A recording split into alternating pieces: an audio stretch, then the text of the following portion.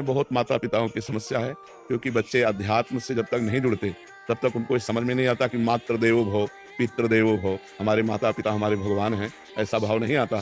तो स्वार्थ में बुद्धि मलिन हो जाने के कारण अभी तो आप चल पा रहे हैं तो रूखापन है, और जब चल नहीं पाएंगे तो एकदम विरोधी भाव आ जाएगा। जब आप खाट पर शौच करेंगे ना और उनको फेंकनी पड़ेगी ना, तब गालियां खानी पड़ेंगी। कोई विशेष श्रद्धावान अपने ऐसे माता पिता की सेवा कर पाता है, नहीं तो बहू सास को पीट रही है, बेटा माँ पिता को मार रहा है लात डंडों थप्पड़ों से। तो ये जो अध्यात्म विहीन हैं, जिन्होंने शास्त्र स्वाध्याय नहीं किया, जिन्होंने भजन नहीं किया, उनके अंदर एक आसुरी बुद्धि पलती रहती है। आसुरी माने राक्षसी बुद्धि, और उस समय आने पर राक्षसी स्वरूप प्रकट। ये आसुरी बुद्धि है जो अपने माता पिता को मारे पीटे कष्ट दे, उनको गालियां दे। दैवी बुद्धि है कि उनके चरण छुए, उनको भगवान की दर्जा दे और उनका पोषण करे। अवस्था जैसे जैसे ढलती जाए तो वैसे दुलार करे, जैसे हमारा दुलार माता पिता ने। देखो, अगर हम अपने माता पिता को कष्ट देते हैं तो हमारे जो पुत्र होंगे वो हमको उससे 100 गुना बढ़ के कष्ट देंगे, क्योंकि वो ब्याज भी तो मिलेगा। तो इसलिए नए बच्चों को ध्यान रखना चाहिए कि वो भी किसी दिन माता पिता बनेंगे, और वो किसी दिन वो भी बूढ़े होंगे। तो अपने माता पिता के साथ असभ्य व्यवहार नहीं करना चाहिए, आसुरी व्यवहार नहीं करना चाहिए। यार, जिस कोख से पैदा हुए उसको तुम लात मार रहे हो, उसकी आरती उतारनी चाहिए। माता तो देवी है और पिता भगवान का स्वरूप है, ऐसा भाव। पर ये भाव तभी आएंगे जब सत्संग सुनोगे, अध्यात्म में चलोगे। अगर अध्यात्म की बात नहीं सुनोगे तो राक्षसी भाव आएगा कि चलो किसी अनाथालय में छोड़ आते हैं, फुटपाथ में छोड़ आते हैं, ऐसे। तो हमें लगता है आज हमारे नौजवानों को अध्यात्म श्रवण करने की आवश्यकता है। शास्त्र श्रवण करें, संतों की बात सुने, जिससे समझे तो माता पिता कौन है। माता पिता की आराधना से भगवान विट्ठल आज जो महाराष्ट्र में विराजमान है, वो माता पिता की आराधना से ही प्रकट हुए। पुंडरीक नाम के भगत अपने माता पिता को भगवान मानकर आराधना करते थे, तो भगवान स्वयं चलकर दर्शन देने आए। जो विट्ठल रूप में है ना, वो स्वयं दर्शन देने आए। माता पिता की आराधना भगवान की आराधना है। पर कलयुगी बच्चे नहीं समझ पा रहे हैं, वो अपने माता पिता को दुख दे रहे हैं, तो उनके बच्चे उनको दुख देंगे। पक्का समझो, ब्याज सहित मिलेगा। यहाँ सब कुछ ब्याज सहित मिलता है। जब से सृष्टि हुई तब से यही तो भोग रहे हैं, बार बार जन्म, बार बार मरण, बार बार जन्म, बार बार मरण। कहाँ मुक्त हो रहे हैं? ये कर्म परंपरा चली आ रही है, वैसे दुष्ट होते चले जा रहे हैं। अब ये अध्यात्म शिक्षा बचपन से दिए होते, गलती इनकी भी है। आधुनिक शिक्षा ही केवल दी, आध्यात्मिक की शिक्षा नहीं दी, तो वो क्या जाने। अगर ये शुरू से कहते हैं छुओ पैर, प्रातःकाल उठ करके रोज मम्मी के पैर छुओ, हाथ जोड़ो, बड़े भाई से हाथ जोड़ो, ये सिखाया गया है। जैसे हम लोग छोटे थे ना, कराग्रे वस्ते लक्ष्मी, कर मध्य सरस्वती, बोले हाथ छुओ, धरती के पैर छुओ, चलो अम्मा के पैर छू, जाके पिताजी के पैर छू, बड़े भाई जैसे ऐसे शिक्षा। तो अब वो रोज की दिनचर्या बना दी। उठे ऐसे ऐसे करते हुए अम्मा के पैर छू, बोले खुश रहो। अब जिनके रोज पैर छू रहे हैं तो हमारी सद्भावना बन रही ना, उनका आशीर्वाद बन रहा है।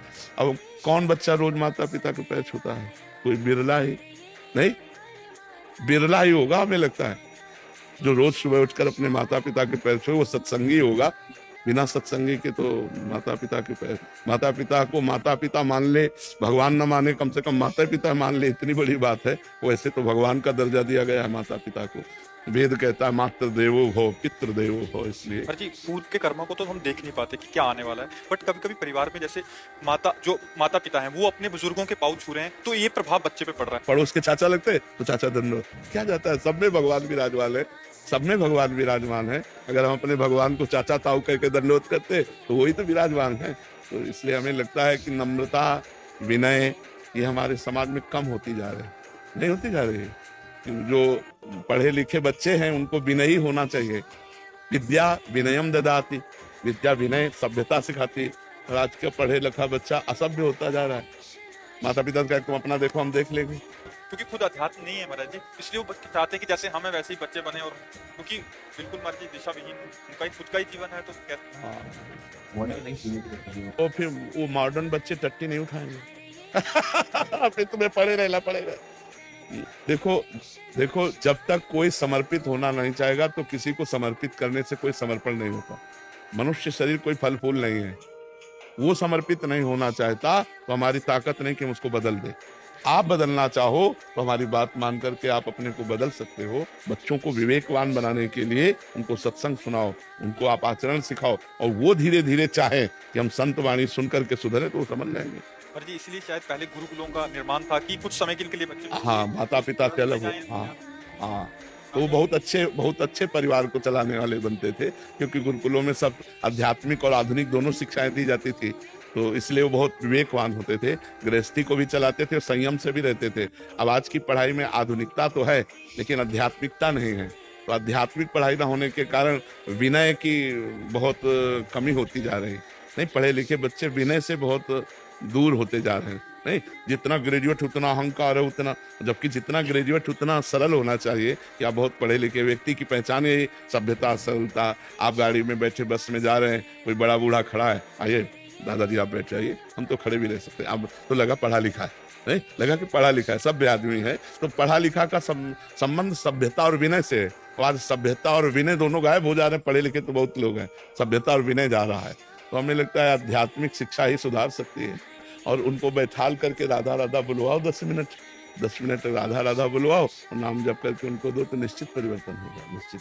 हफ्ते में अगर एक दिन भी करने लगे ना, तो हम हमारी बात तो मानने लगे ना, हम 2 दिन करवाएंगे, फिर हफ्ता भर कहने के बाद 3 दिन करवाएंगे, हम धीरे धीरे उनको सतमार्ग में। देखो, बच्चों को खिलवाड़ में भजन कराया जाता है। देखो, तुम्हारे लिए हम बाल भोग बना रहे हैं, तब तक तुम राधा राधा, अगर राधा राधा बोलना बंद किया तो नहीं मिलेगा।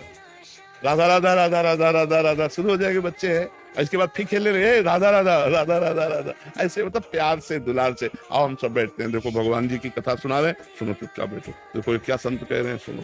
धीरे धीरे धीरे वो अनजाने में उनका सुधार हो रहा है, वो ना जाने तो भी सुधार हो रहा है। जब गर्भस्थ शिशु प्रहलाद को नारद जी ने उपदेश किया तो समझ में आ गई ना। अभिमन्यु को उपदेश किया अर्जुन जी ने, तो चक्रव्यूह तोड़ना गर्भ से जान गए, तो गर्भस्थ शिशु को कितना ज्ञान, वो तो अब बाहर आ चुका है। अगर हम सुनाएंगे तो उसके संस्कार बदलेंगे।